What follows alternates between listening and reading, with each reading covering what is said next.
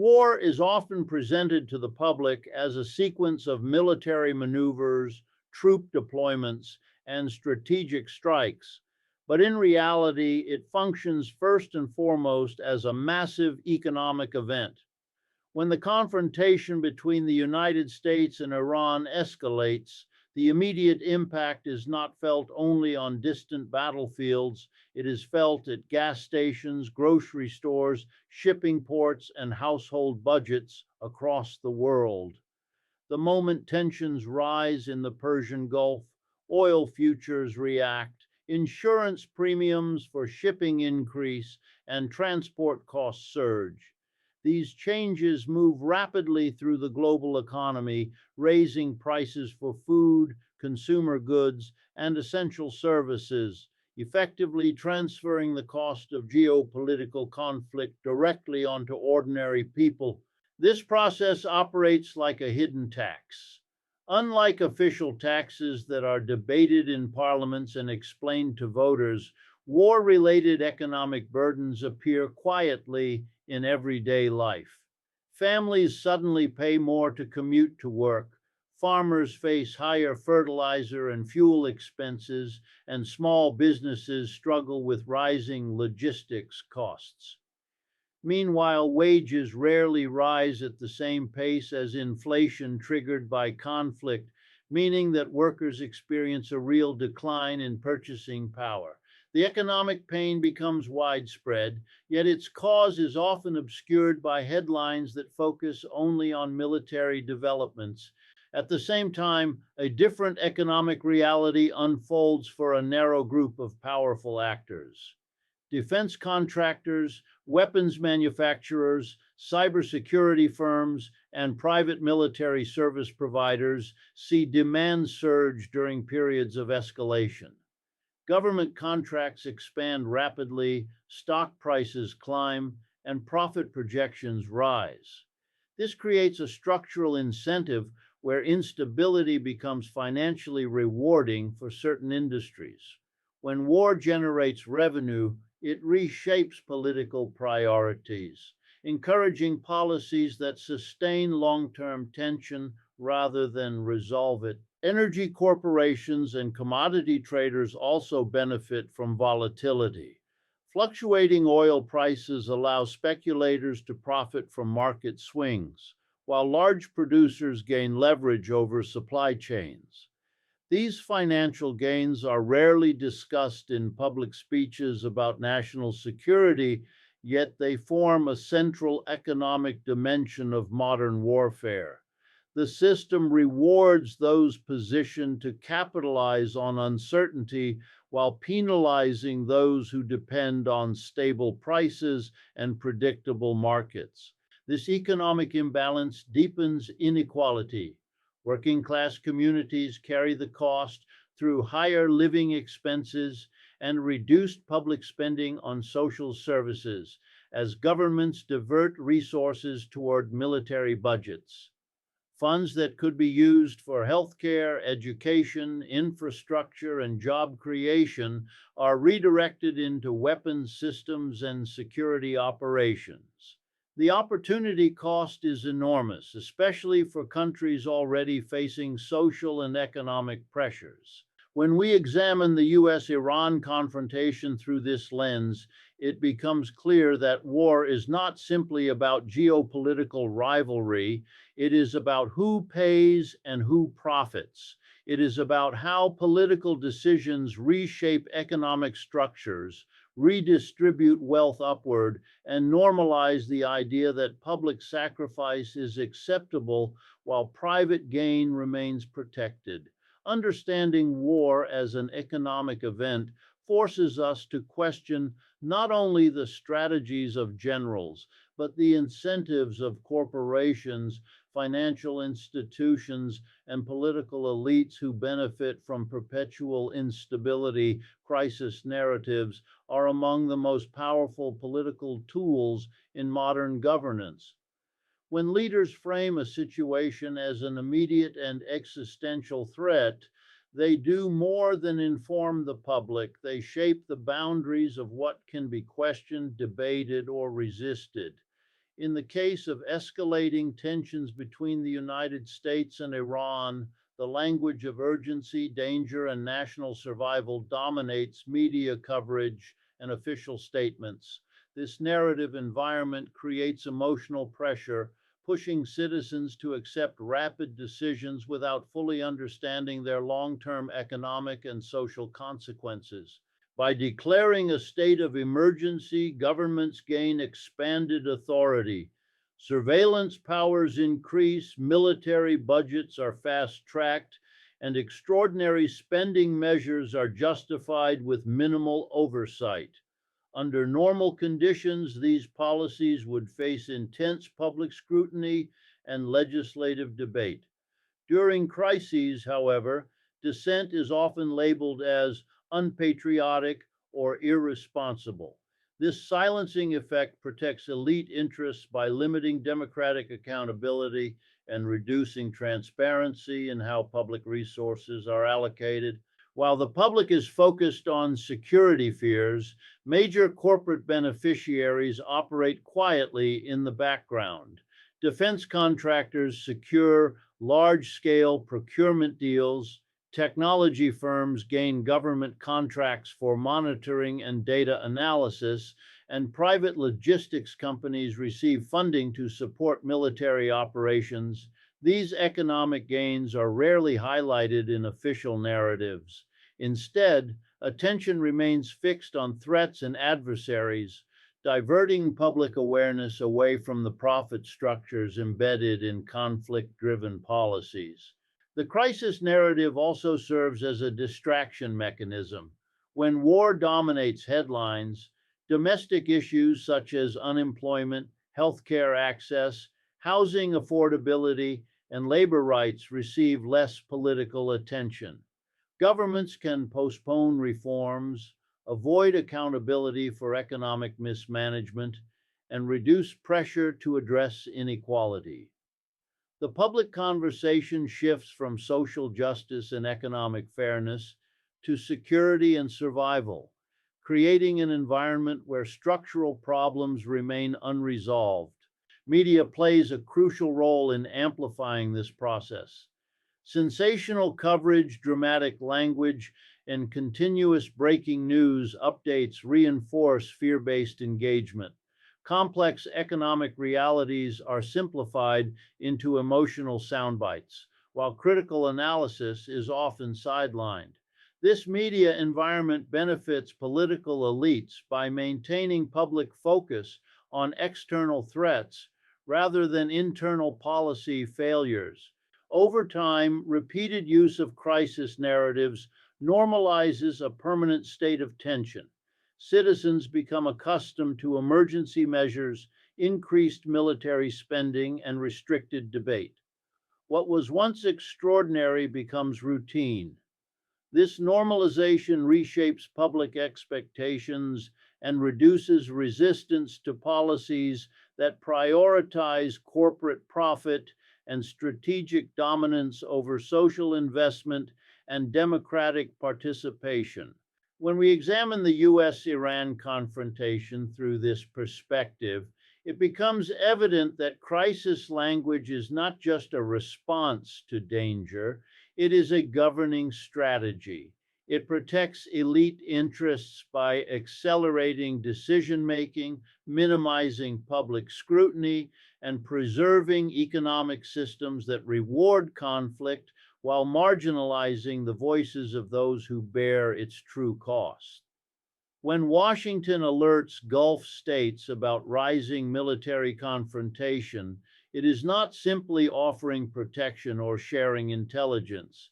It is actively drawing these countries deeper into a strategic framework designed by external powers.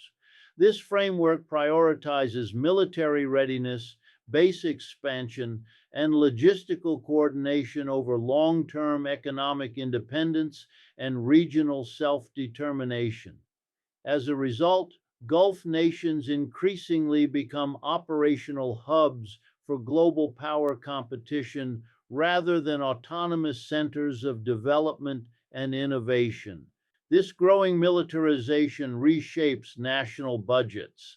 Funds that could support education, healthcare, renewable energy, and small business development are redirected toward defense purchases, advanced surveillance systems, and foreign weapons contracts. While some of these expenditures are justified as necessary for security, the long-term economic effect is a narrowing of civilian investment. Societies become more dependent on external military partnerships and less capable of building diversified, resilient economies. The presence of foreign military infrastructure also alters labor markets. High-paying technical and security positions often go to foreign specialists or multinational contractors, while local workers remain concentrated in lower-wage service roles. This creates a two-tier employment system that reinforces inequality and limits opportunities for domestic skill development. Instead of nurturing industries that generate sustainable employment, the economy becomes tied to defense logistics and security services. Tourism and international investment suffer as well. Regions associated with conflict risk face declining visitor numbers, higher insurance premiums, and cautious foreign investors. Even the perception of instability can reduce long-term economic planning.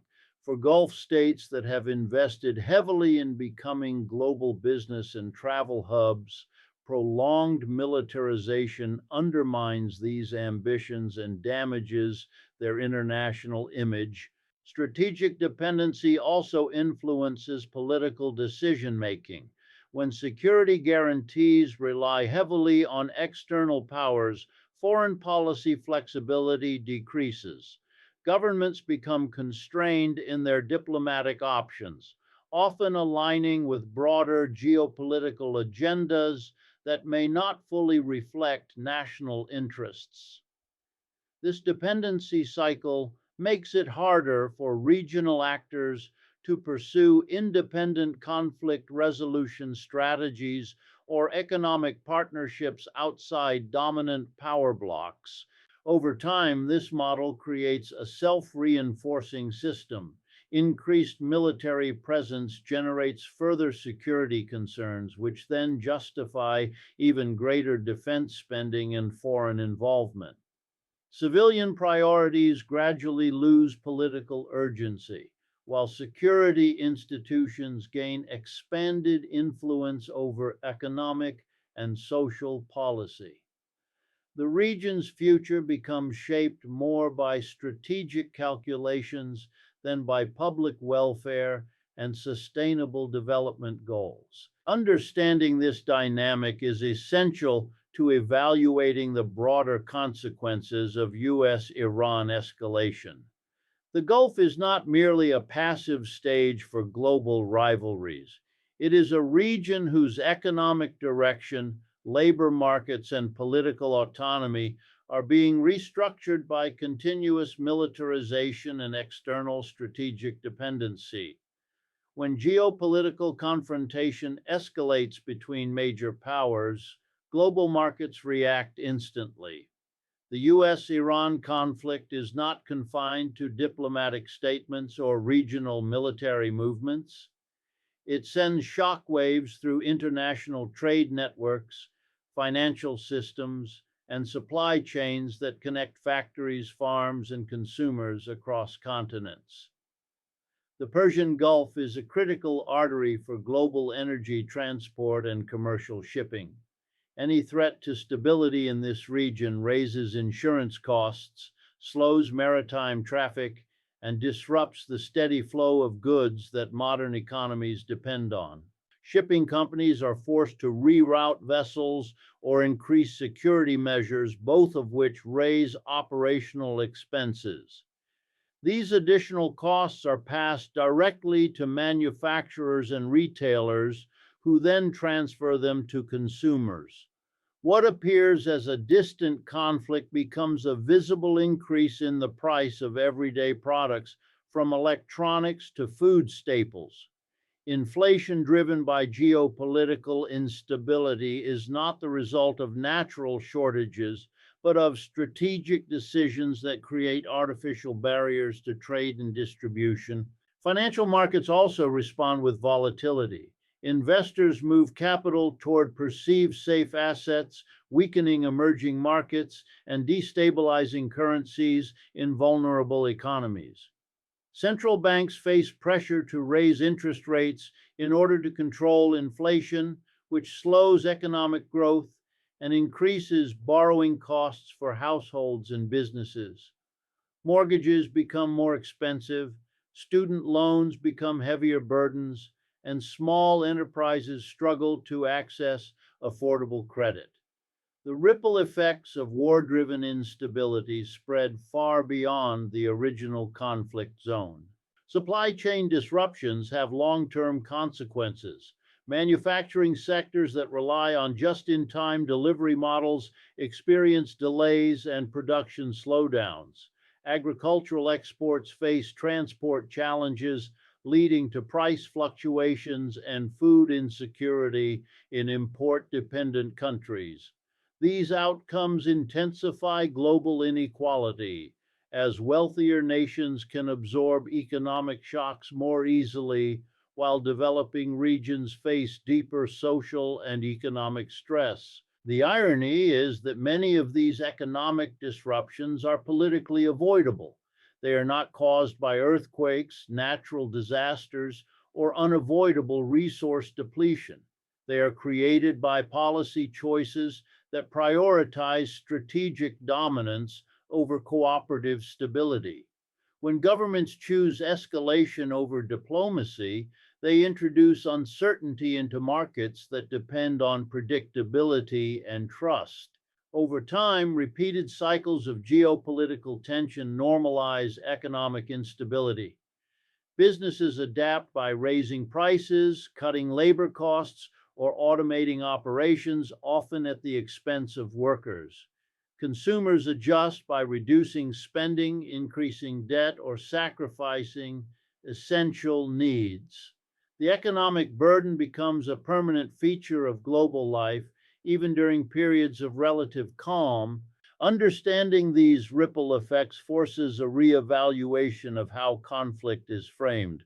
War is not only fought with weapons, it is fought through market volatility, disrupted trade routes, and financial pressures that quietly reshape the economic reality of millions of people around the world. Diplomacy is often treated as a slow and secondary option, while military action is presented as decisive and powerful. Yet when we examine long-term security outcomes, it becomes clear that diplomacy is not weakness. It is the most effective form of investment in stability.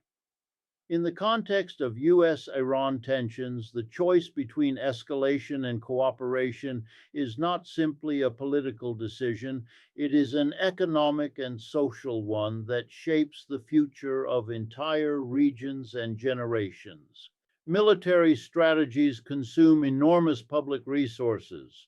Defense budgets expand rapidly during periods of confrontation, absorbing funds that could otherwise be used to strengthen public institutions and social infrastructure. Hospitals, schools, transportation systems, and renewable energy projects often face cuts or delays as governments prioritize weapons systems and security operations. Diplomacy, by contrast, requires a fraction of these costs while delivering broader benefits. Trade agreements, regional development programs, and multilateral security arrangements create shared interests that reduce the incentive for conflict. Economic cooperation builds interdependence. When countries trade with one another, invest in joint infrastructure, and collaborate on energy projects, the cost of war becomes higher than the cost of peace. Supply chains, employment networks, and financial partnerships tie national interests together, making confrontation economically irrational. This interdependence does not eliminate political disagreements, but it provides structured mechanisms for managing them without resorting to violence. Regional dialogue platforms also strengthen political stability. When neighboring states participate in regular diplomatic forums, they develop communication channels that prevent misunderstandings from escalating into military incidents. Transparency measures, arms control agreements, and confidence building initiatives reduce the risk of accidental conflict. These frameworks create predictability, which markets and societies depend on for long term planning. Diplomacy also empowers civil society. Cultural exchanges, academic partnerships, and people to people programs humanize international relations and reduce the effectiveness of propaganda and fear based narratives. When citizens see tangible benefits from international cooperation, public support for peaceful engagement grows stronger, placing pressure on political leaders to pursue negotiation rather than confrontation. The challenge is that diplomacy does not produce dramatic headlines or immediate emotional impact. It requires patience, compromise, and sustained political commitment. In a media environment driven by urgency and spectacle, peaceful solutions often appear less attractive than displays of military strength. Yet history consistently shows that stable regions are built through negotiation, economic integration, and institutional cooperation, reframing security as a collective investment rather than a zero sum competition is essential. True security is not achieved by surrounding regions with weapons and military bases. It is achieved by reducing economic inequality, improving access to resources, and creating systems that encourage cooperation over confrontation. When nations prioritize diplomacy, they invest in a future where stability is maintained not by fear, but by shared prosperity and mutual accountability.